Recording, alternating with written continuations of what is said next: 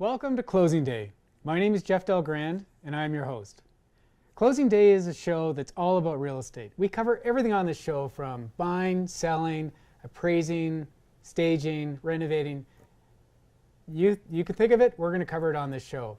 Our goal on this show is to be educational, inspirational, have a little bit of fun, and to be able to give you some tips that will help save you time, money, and hopefully make your whole real estate experience all that more enjoyable.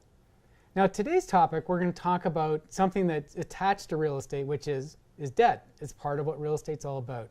So when you buy a house, you get into debt. You own a house, you probably have a mortgage, but it's not just real estate debt. There's the other debts that attach to you that sometimes create issues when it comes to carrying real estate. But we're going to cover all aspects of this. Now to help me out with this, I have Jacquie Cordeiro from Farbar. She's a debt solutions manager. Thank you very much, Jacquie, for coming on the show with me today. Thanks, Jeff. Now, when we talk about debt, sometimes we've talked about it. We talked about insolvency, which I guess is a stage of debt. Let's start off with that. What is insolvency, and we'll take it from there. Insolvency really is just the fact that people can't pay their bills when they're due. So it could be $10,000, it could be $100,000. If they can't pay it, then they're really insolvent. If their assets don't equal their liabilities. Okay, so if somebody's got, I mean, some people borrow from Peter to pay Paul. Nobody in this room, I don't think, but just in case. But sometimes you're in that, you get through those stages. Like people are like, I'll just, I'll borrow some money from my credit line to pay my credit card. Next month will be better. Yes. Is that would that be considered sort of a stage of insolvency as well? It is. A lot of people do that with the intent that something will happen and things will turn around and they'll be able to get through it, whether it's a job loss, whether it's a period of unemployment.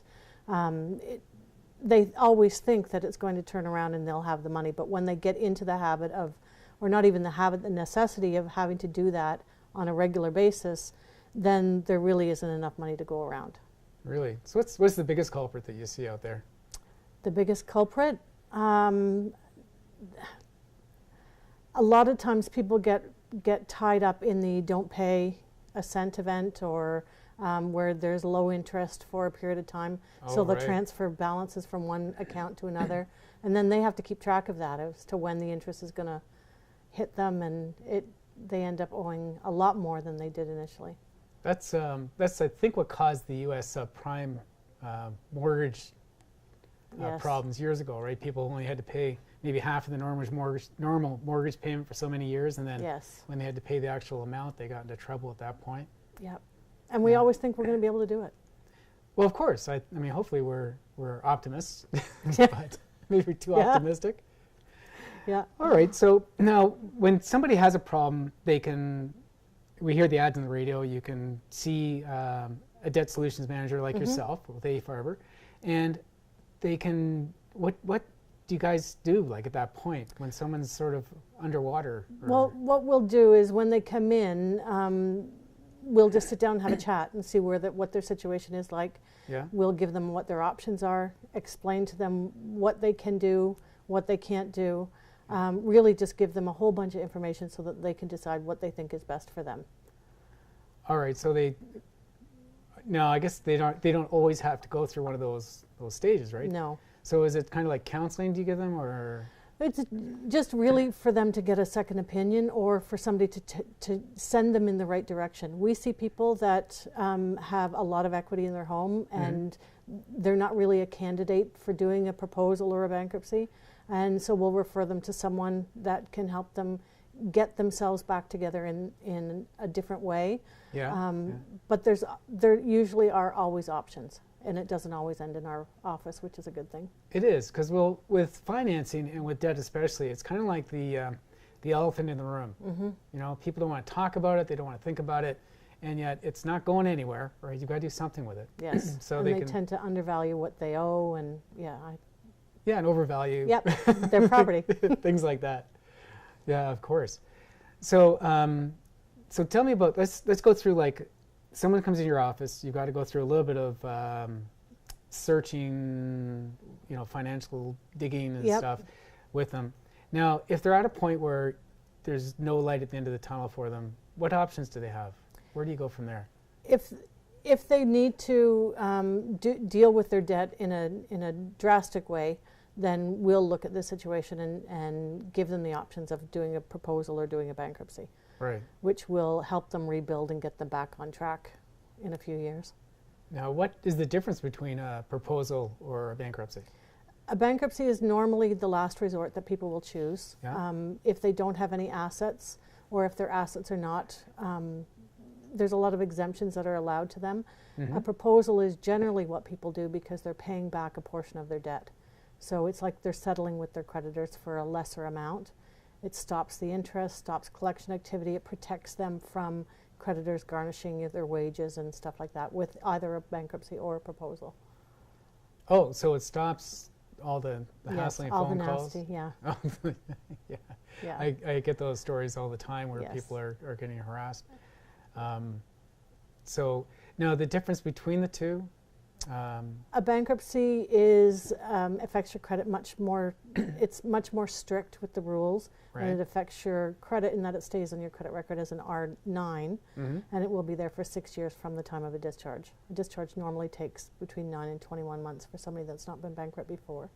Whereas a proposal, the major difference between a proposal and a bankruptcy Yeah. is that a proposal will stay on your credit record as an R7, which is not as bad as the bankruptcy, and it's there for 3 years from the time it's completed. Proposals usually run 4 to 5 years. Major difference being, though, is that people can start to rebuild their credit as soon as the proposal is accepted by the creditors, so they don't have to wait until it's over. So hopefully their credit is better when they come out of the proposal than when they go into it. Yeah, that would be good, right? Mhm. You're hoping they learn something. Yeah. So if someone goes into has a bankruptcy, they can't start rebuilding credit until the bankruptcy is discharged? Until they get their discharge, yes. But in a proposal, they can start to rebuild credit. As soon as it's accepted, which is normally 45 to 60 days. Okay, and what is rebuilding credit? Rebuilding credit, so is the ability to start fresh again. So they're going to rebuild, whether it's with their mortgage, with a car loan, even getting themselves a secured line of credit will help them to rebuild, because it's a monthly reporting that's going to help bring that average up. Okay, all right. So rebuilding credit while you're bankrupt, you can't do that. You're just... No, you can't do that. As part of a bankruptcy or a proposal, there's 2 financial counseling sessions that people have to comply with. Yeah. The first one we talk about budgeting and how to get them back on track. The second one we talk about rebuilding. So we help them go through the entire process from start to finish. All right. So someone comes to you for bankruptcy. They have some assets. What happens? Let's say they have a house or a car or even a company. Mm-hmm. What has to happen in that case with a bankruptcy? There are exemptions that are allowed for people. So when you come in to file bankruptcy, if that's the route that you have to take, there are these exemptions that allow you to maintain a certain standard of living. Mm-hmm. Nobody comes into your house and goes through all your stuff and tells you what you can and cannot keep. There's Okay. which I don't show up with a clipboard in anybody's living room. But there you can keep household furniture that's worth up to $13,000. Personal effects are totally exempt. A vehicle, if it's free and clear without any liens attached to it, is exempt up to a value of $6,600. Your Okay. equity in your home is exempt up to a value of $10,000 per person. Equity, in real estate in that case. Mhm. All right, so your personal belongings will stay yours. Yes. You can have a car that's Yeah. not a Lamborghini Well, you can have a Lamborghini if it's financed, if it's financed. as long as the finance company allows you to keep it and you can maintain the payments. All right, well, I think if you're going for bankruptcy or proposing to have a Lamborghini, there's a problem somewhere. Well, I'm sure it's been done. Oh, I could imagine. So, so you can still actually operate. Yes. Yeah. And A company has to cease at the date of the bankruptcy. So if you're a sole proprietorship, that company has to cease as at the date of the bankruptcy. A corporation, you can't be a director of a corporation while you're bankrupt. There are certain certain rules. But once the bankruptcy is finished, once you're discharged, then you can start another corporation again, okay. or operate as a self-employed person during the period of the bankruptcy. All right. What would happen with a corporation that is there prior to the bankruptcy? Does it have to be folded up, or can it operate after the bankruptcy? It can operate after the bankruptcy if you appoint another director. Oh, I see how that works. Yeah. Okay. Yeah, that's getting a little bit into technical stuff. Right. So you're starting off, the idea is to help someone rebuild their life, right? Right. You know, bad things sometimes happen to good people. Very often. So bankruptcy will clear that. You can still live a normal life. Who knows that a person has gone bankrupt or has a consumer proposal? Usually only people that you divulge that information to. It is a matter of public record, but it doesn't get published anywhere. If someone knows how to do a bankruptcy search, then they will pull it up. Right. On a lot of credit applications, it will ask, in the last 6 years, have you ever filed for bankruptcy? Mm-hmm. If you, and then you would answer accordingly. Right. But if it's after that, and you don't have to disclose it once it comes off your credit record. Oh, okay. All right. So it's not a forever thing. No. Nobody has to know. No. So it can be a very personal and private thing. Yes. So, a lot of people are very worried that it's going to be published in the paper. And it used to be years ago, but that doesn't happen anymore. oh, that would be, I could see that really bothering Yeah. somebody. Yeah. And it's, because financing is a private thing to people. It is. Right? They don't want to disclose anything about financing, especially if they're having problems. Yes. Yeah, so somebody could come to you, I guess the phone's ringing, you're getting hassled by all these creditors, and they can come to someone like yourself and that stops the phone ringing, right? Once they sign documents, it stops the phone ringing. But a lot of people, when they are scared to even make the phone call because they don't really want to come to the office, most people that sit in front of me don't want to be there. People always have that, the stigma that people that are filing for bankruptcy have gone and rung everything up. Yeah. I can tell you that the majority of the people that I see don't want to be there. It's a situation that has happened to them, whether it's a job loss or whether it's ill health, downturn in real estate market, which has happened in the past. Yeah. It's just a bunch of different things that land them into that chair in front of me where they don't want to be. Right, the bad things happen to good people. Exactly. Right, and I guess, and I see in the mortgage business, separations tend to be huge. a huge driver for that business. So I guess it's the same with you. Yeah. Probably one of the number one causes of insolvency is marriage breakup. Now, do you think the marriage breakup is caused by the insolvency, or the insolvency caused? I think it's a the combination marriage of both. breakup? I always wonder about Yeah. that. And there's a big misconception that people think that if there's a marital debt, they can just split it half and half, and you take your half and I'll take mine and we'll walk away. And it doesn't work like that. The debt is owed by 100% by each person. So they'll collect it from whoever they can, not half. Oh, that's a good point. Now, we're going to take a break in a second, but I do want to talk about, when we get back, how this all relates to real estate and how people can maybe protect what real estate they own. So, yeah, we'll get back to that when we get back after the break. All right, thank you very much. We will see you shortly. Okay.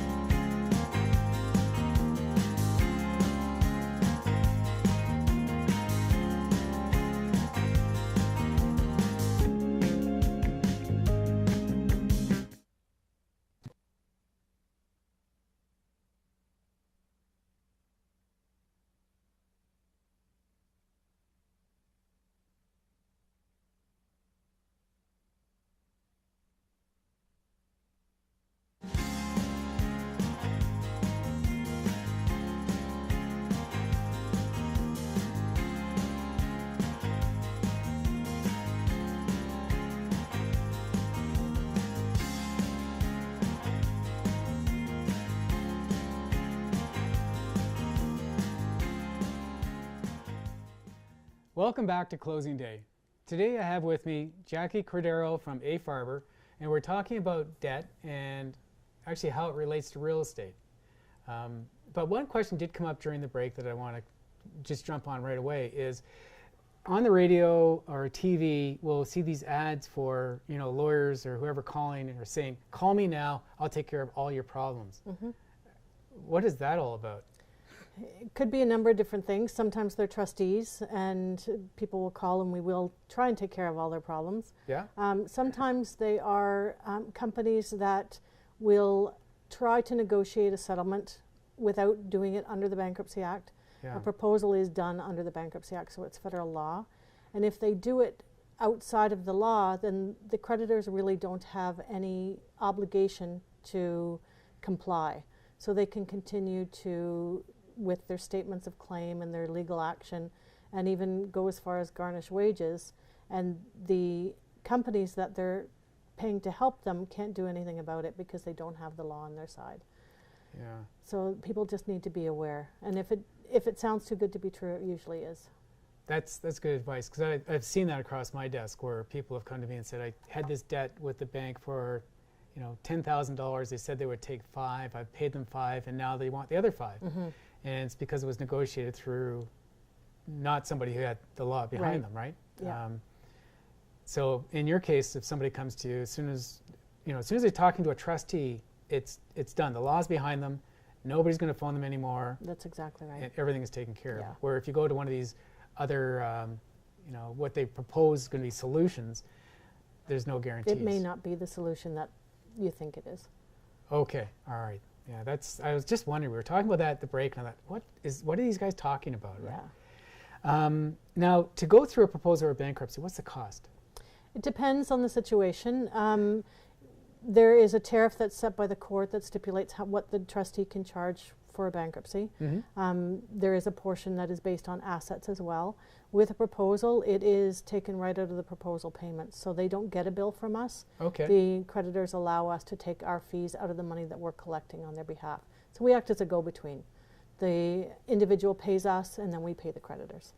Okay, now, if you're married, do both people have to do a proposal or bankruptcy at the same time? No, or how's not that at all. Everybody is individual.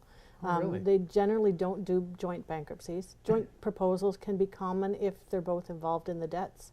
But just because one person files for bankruptcy, it doesn't affect the credit rating of another person. They also, unless you've signed on the debt, they can't come collecting from your spouse either. So a lot of people think that they can just walk through the other party to their spouse. Doesn't affect their spouse whatsoever. They have to actually have signed the loan documents. That's important. Mm-hmm. Yeah, that's good to know, because I'm sure, that would probably save a lot of marriages knowing that. Yes. Now, this is maybe not a fair question or unfair, but is there a typical type of person who goes for a bankruptcy or consumer proposal? No, not at all. All walks of life, all income levels, all education levels. Really? Yeah.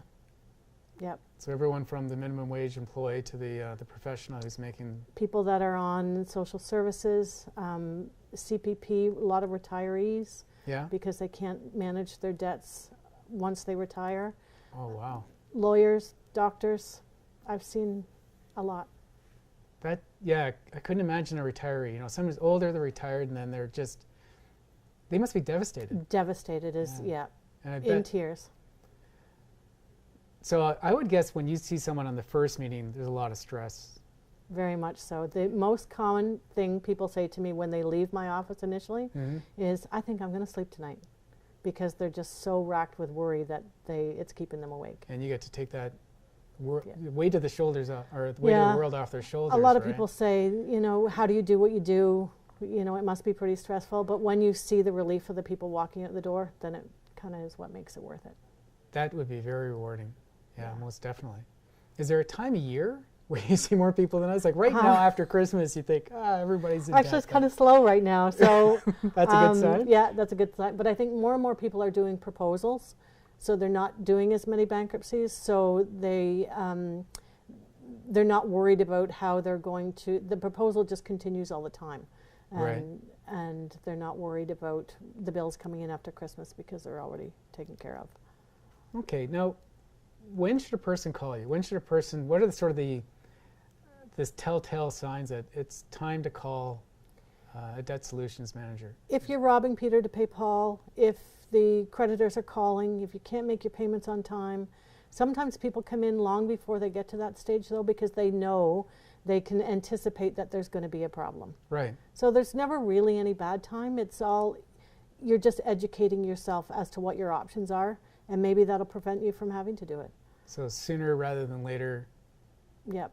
That would be the best. Initial consultation is always free, so we're always available to answer questions, even that's good. over the phone. Yeah. Now, we were talking earlier on, just before the break, about real estate. Now, if somebody owns a house and is in a real jam financially and comes to see, a debt solutions manager, are they going to lose their house? No. Generally, if people have assets that have some value to them, then we will arrange for them to do a proposal rather than to do a bankruptcy. A proposal is much less invasive. It doesn't affect any of their assets. They maintain the same equity in their home, their income level. No, none of their assets get touched. Yeah. We just make arrangements with the creditor to pay whatever their value of their assets are. Okay. So they can keep the house. Everything stays with them. They can sell their house while they're in a proposal. Yeah. The equity goes to them. It doesn't get paid to the creditors. Their tax refunds remain with them, whereas in a bankruptcy they would lose them.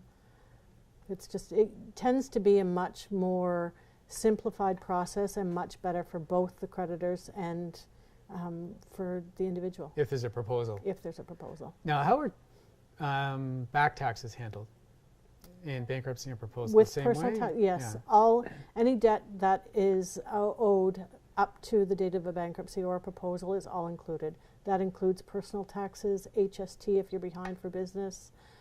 The only things that aren't included in a bankruptcy are debts that relate to fines, fraud, misrepresentation, alimony or support, or student loans that if they haven't been out of school for 7 years. Everything else can be taken care of. So student loans, if you've been out of school for longer than 7 years, will be taken care of. Yes. But less than 7 years. What about source deductions? Source deductions as well get included in a bankruptcy. With a proposal, there's a different structure that Revenue Canada requires. They want the source deductions paid back. Okay. Now, how do I put this? Well, inheritances, right? Yes. A lot of people have parents that are aging and... Inheritances and lottery winnings. I've seen both. Really? Yeah. You know somebody who won a lottery? Yeah, I do. Have them call me. If it's a proposal, Yeah. the lottery winnings and the inheritance, as long as the proposal's been accepted prior by the creditors, no one touches it. In a bankruptcy, if you receive the inheritance or buy the ticket for a draw that's in the time that you're actually bankrupt, then those funds come into us. They would get paid out to your creditors, and the balance, whatever's left over, goes to you.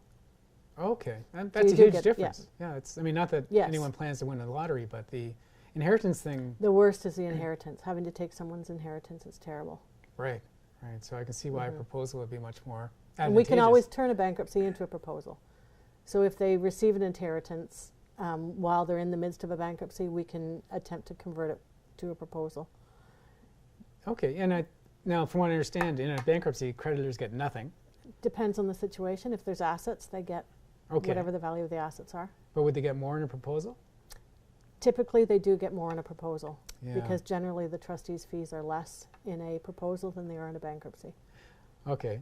So if somebody wins a lottery, you switch from bankruptcy to proposal, maybe the creditors would like that because they're getting more out of Yes. it anyway. Yeah. Yeah, that's... So with a proposal, it seems like the safer route to go is a proposal.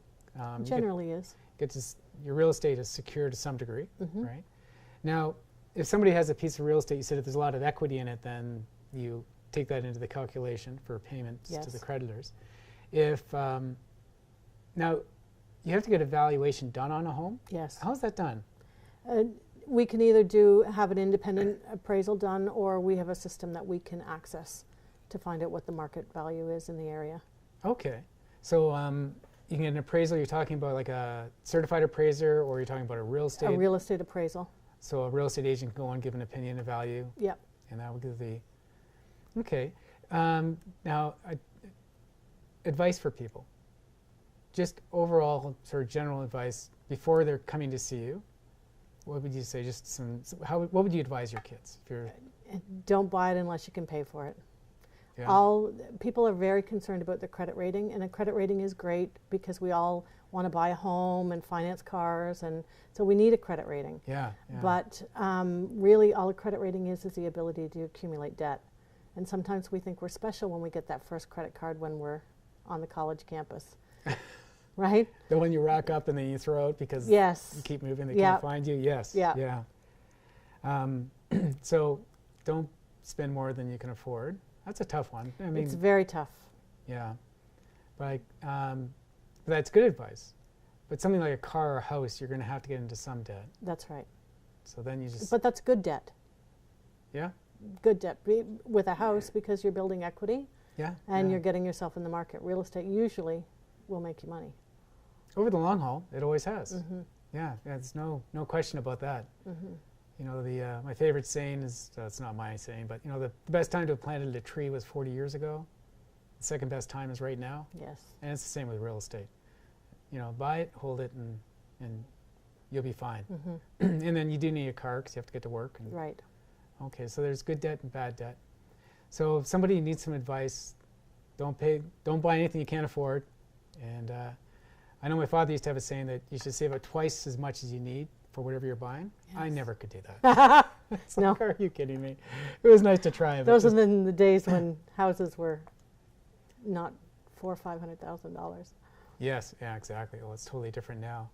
So it's great. We've got some tips. You know, what we just got through. We now know the difference between a bankruptcy and a proposal. We know that real estate can be protected. Yes. And other assets can be protected, inheritances. It sounds like a good solution for when a bad thing happens to a good person. Exactly. Yeah, and then the whole process, you mentioned bankruptcies are 9 to 21 months if you've not been bankrupt before. And proposals?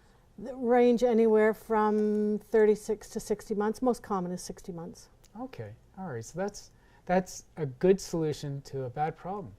Yeah, I think we've covered some really good stuff here. I think a lot of people will get a lot from this. And if not for personal reasons, they can advise their friends. Yes, there's a lot of misconception out there. Yeah.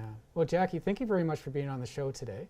Thanks, Jeff. And I want to thank everyone else for tuning in. And once again, I hope you're getting the tips that you need to help save you time, money, and hopefully make your whole real estate experience more enjoyable.